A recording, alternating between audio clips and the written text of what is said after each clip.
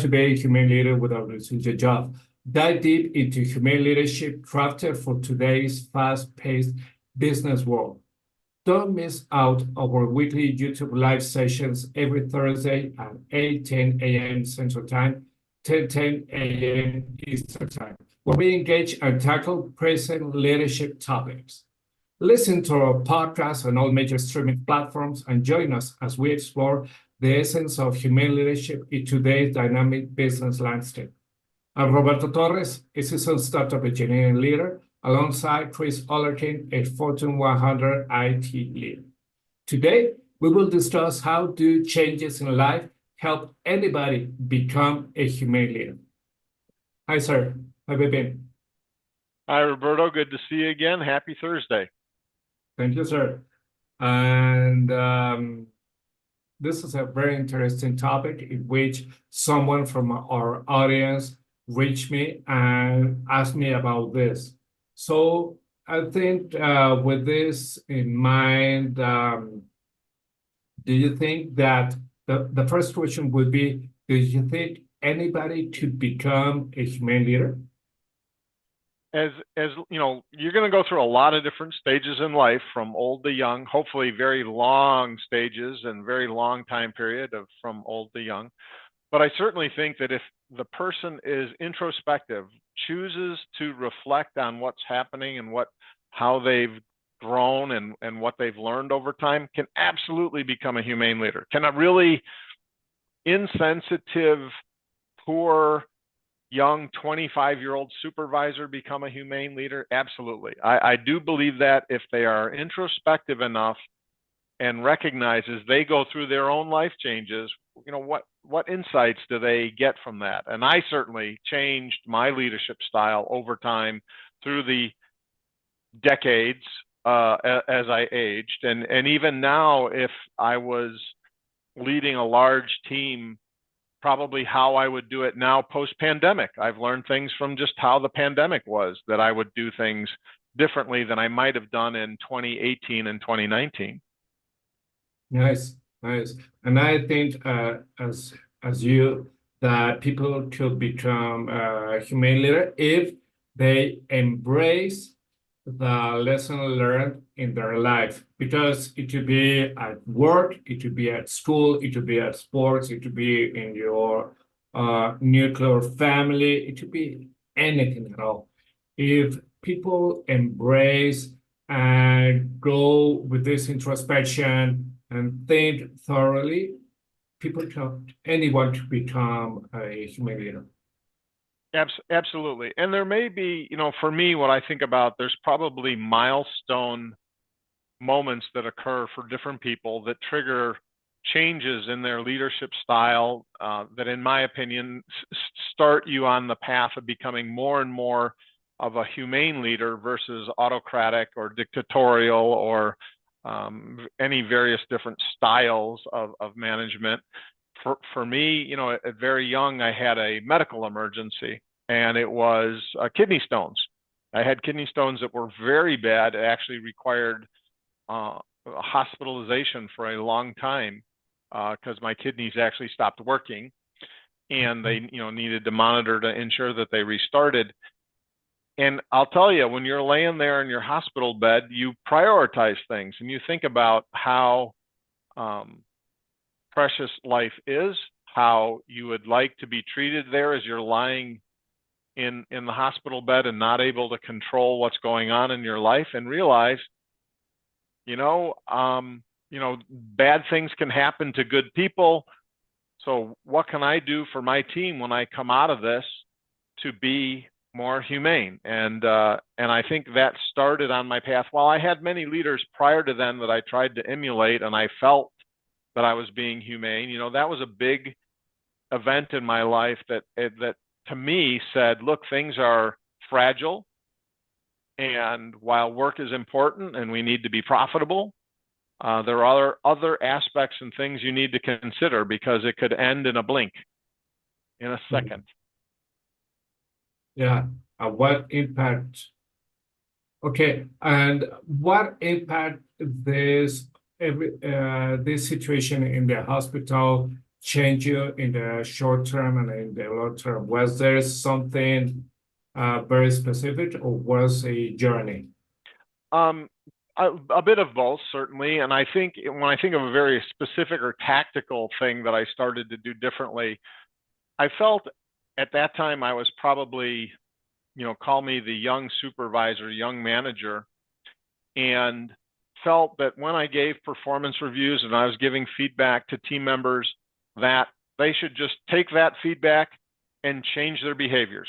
Look, I told you what you need to do different. You should just do it, because I told you this is what's wrong, this is what's right. Do more of this and less of that.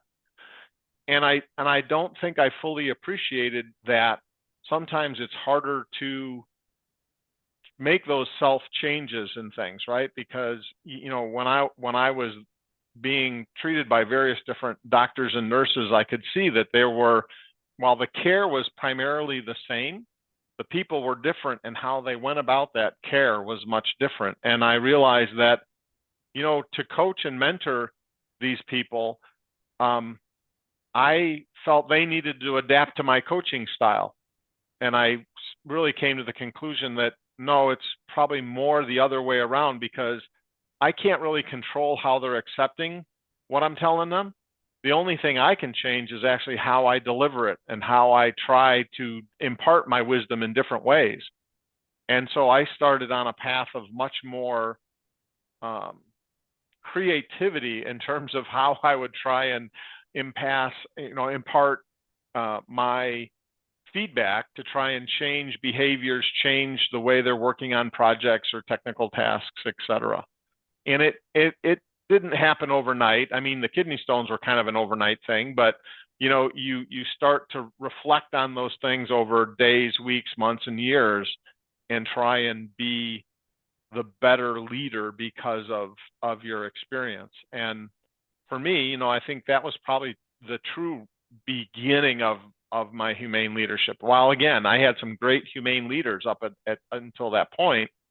So it wasn't that I had never seen humane leadership. I think I just was approaching it differently than how I had seen previous humane leaders work. Okay, so maybe the reports that you had saw a change within you, and that besides made them happy and productive, set the path for them to become maybe human leaders, maybe later, or to become better person. Okay. Let me tell you about myself. I didn't have a huge change in health as you did, but one thing that I remember well was back in the mid-90s, I was a manager. And back then, I used to play a lot of chess, and I had chess tuition, maybe, or chess guidance from my grandmaster for many years.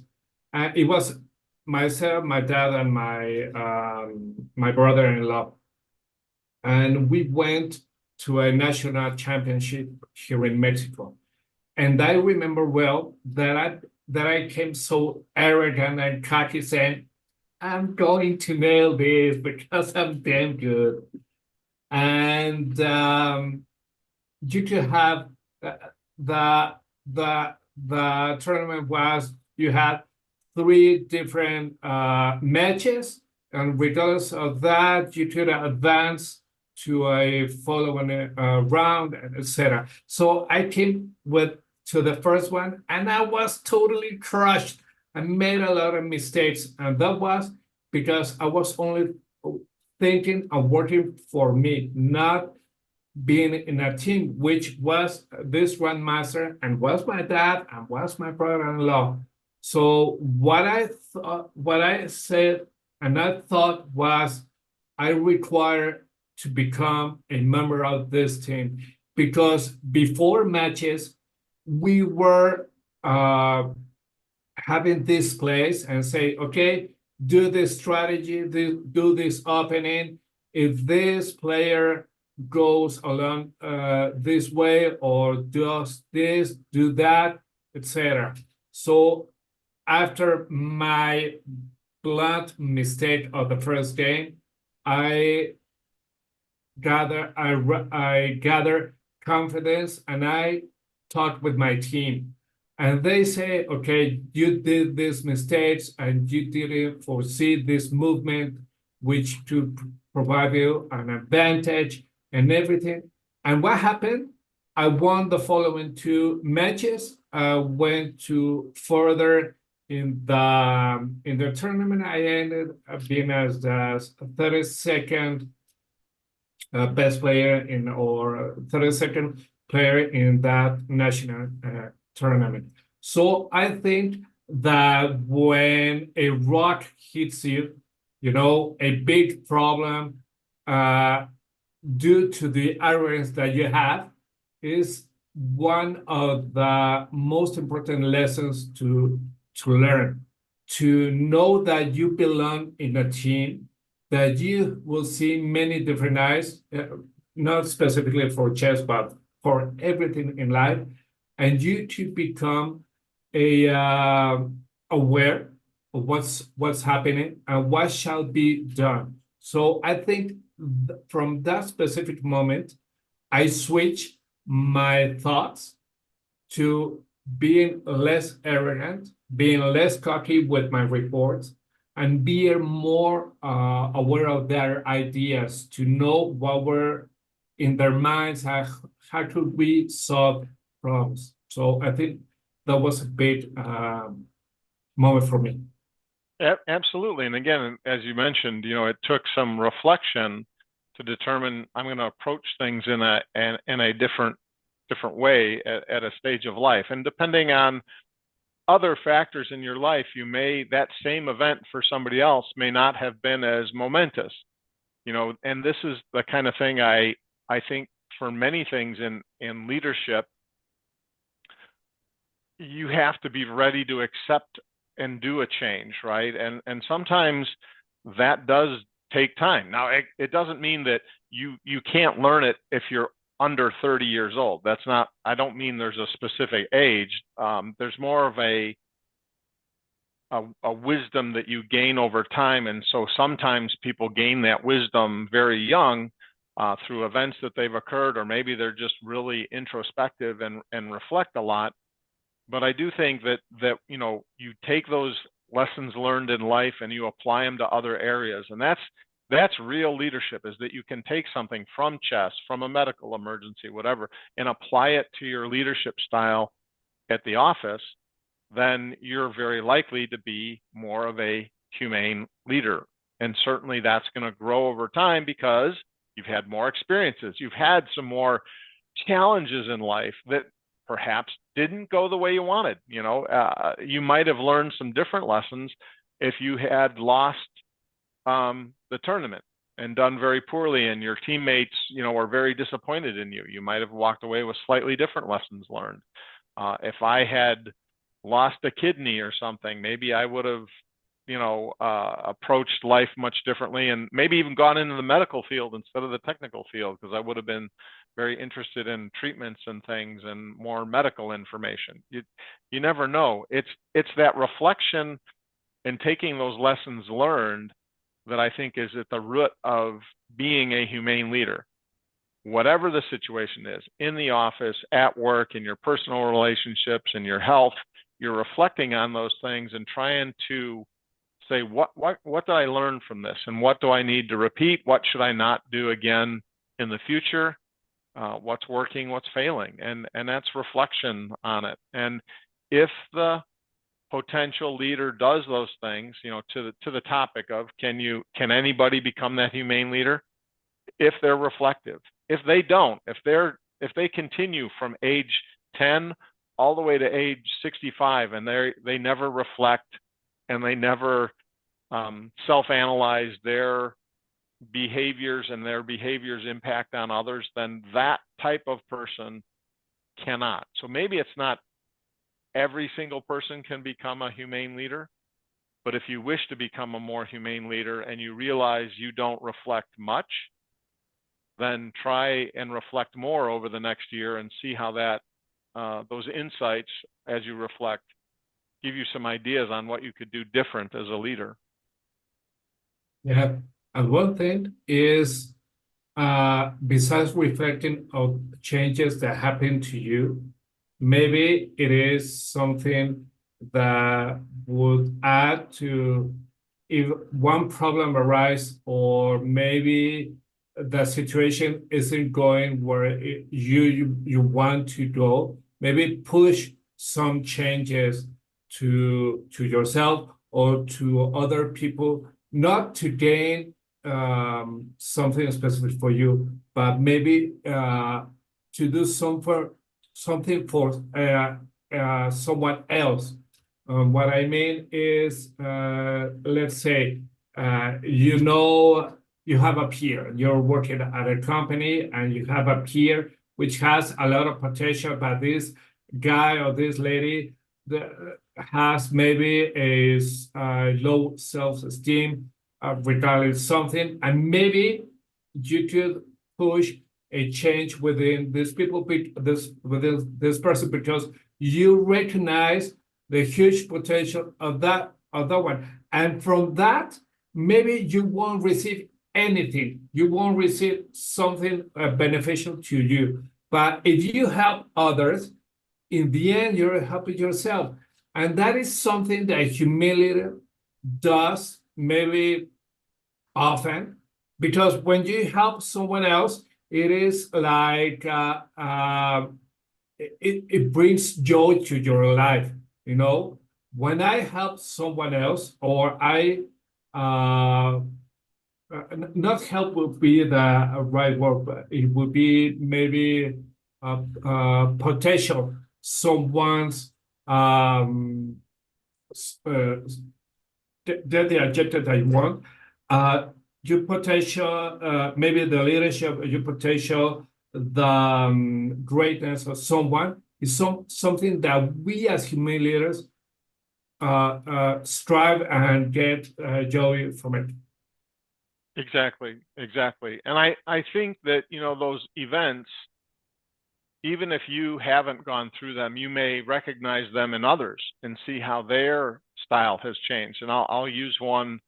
My wife and I, we never had children, but I've observed in others as they've gone through their careers, once they've had children, many of them actually become much calmer. Now, they're very tired at that beginning part of changing diapers up at 3 a.m. in the morning and all that kind of stuff, very tired.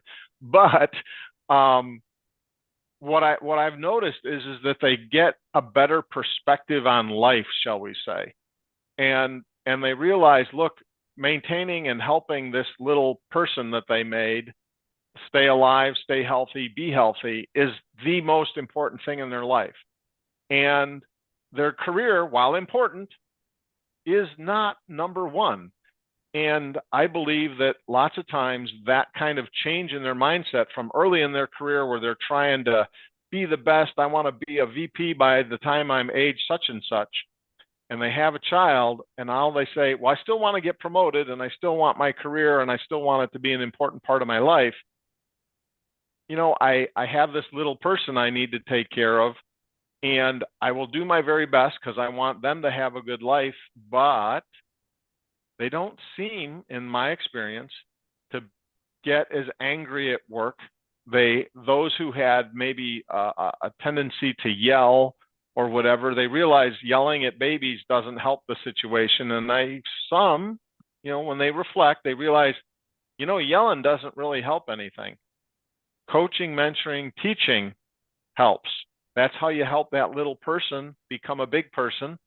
And that's the same thing in the office. A humane leader realizes that yelling rarely solves the problem. Instead, coaching and enforcing the positive behaviors is what makes the team operate better, makes the team player who's on your team who needs some help operate better.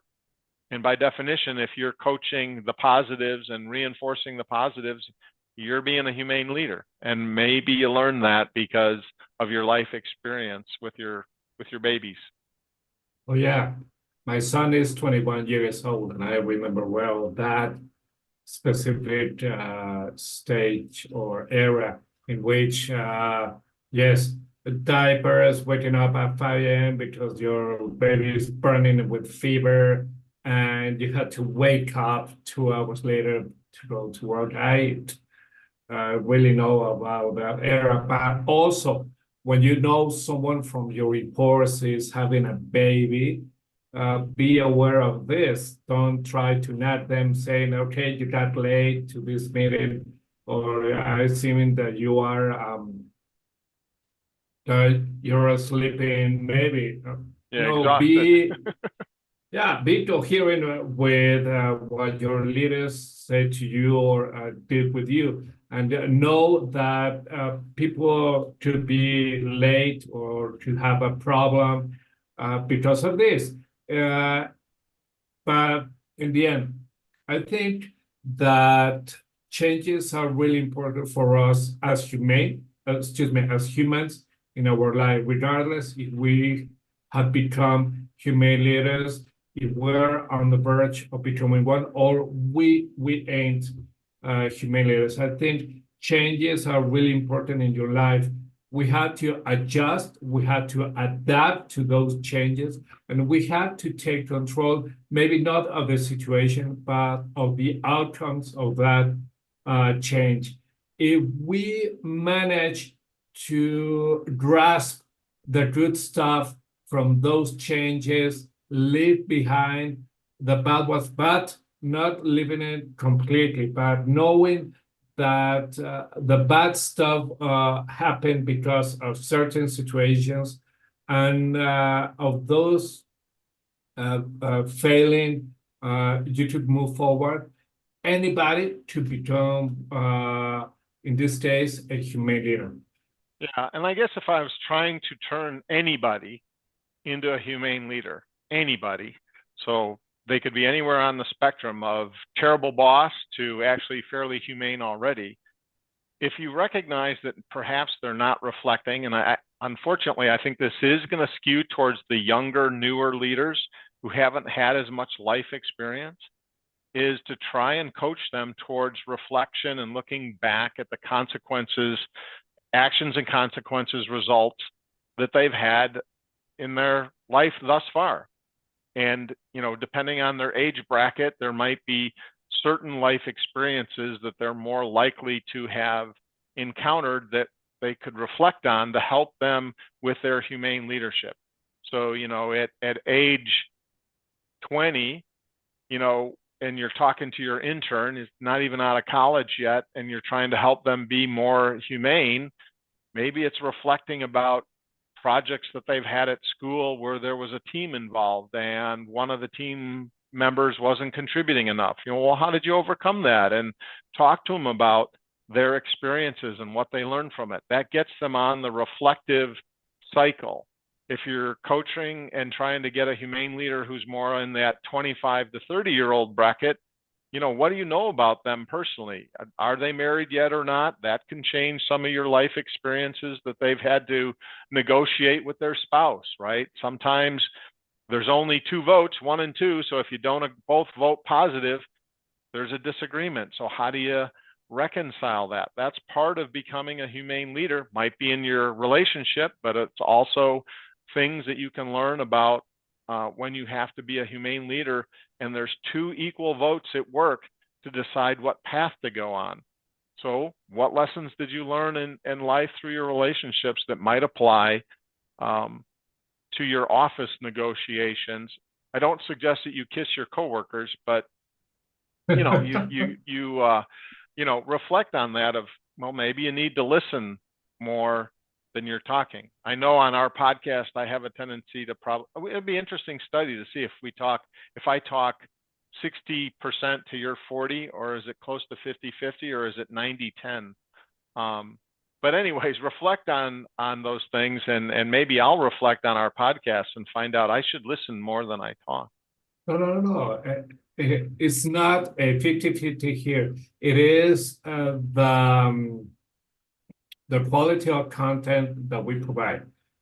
And it goes along to the topic that we're discussing. So if you talk 10%, but you provide the highest quality of content, it will be awesome. So it's not worry. Um, One thing for me to add this topic not related to marriage, but as a parent, is even though I have only one son, when I interact with two of my reports, I treat them fairly. It's not that I go with one of them has a um, higher confidence of myself, or say I have my favorite. You know, I try treat them fairly, because in the end, if they see that you treat them fairly, it will provide something good for the team, and it won't have bad feelings about my manager did this, he wasn't fair, he was maybe judgmental. No, no, no. He treat us fairly, but that, that was so. Yeah, and again, that ultimately, can anybody be a humane leader? I think anybody who is willing to reflect and take coaching and changing what they're doing and seeing how it works, then anybody can be a humane leader. Will they be successful at it is maybe a bit more challenging, right? Because I believe that I have seen myself leaders who went through their entire career and eventually retired. And to the best of my knowledge, at least in what I observed, they retired as inhumane leaders. Just, my observation. So, it, I think anybody can, but I know that not everybody does. Oh yeah, not everybody embraces changes, and not everybody is thinking not all about themselves, but for the team. Doing Agreed. that will help you become a human leader fast, but changes will be always in time. Always. Maybe not on a daily basis, but always. Embrace them, recognize, as you mentioned, and you're on the way to become a human leader. Absolutely. Great. With this, I think we should end this episode, Chris. Absolutely. Good talking to you, Roberto. I think it was a very interesting perspective to see about how people can change over time. Very good. Indeed. Indeed it was. Thank you very much, sir. Okay, bye. Talk to you next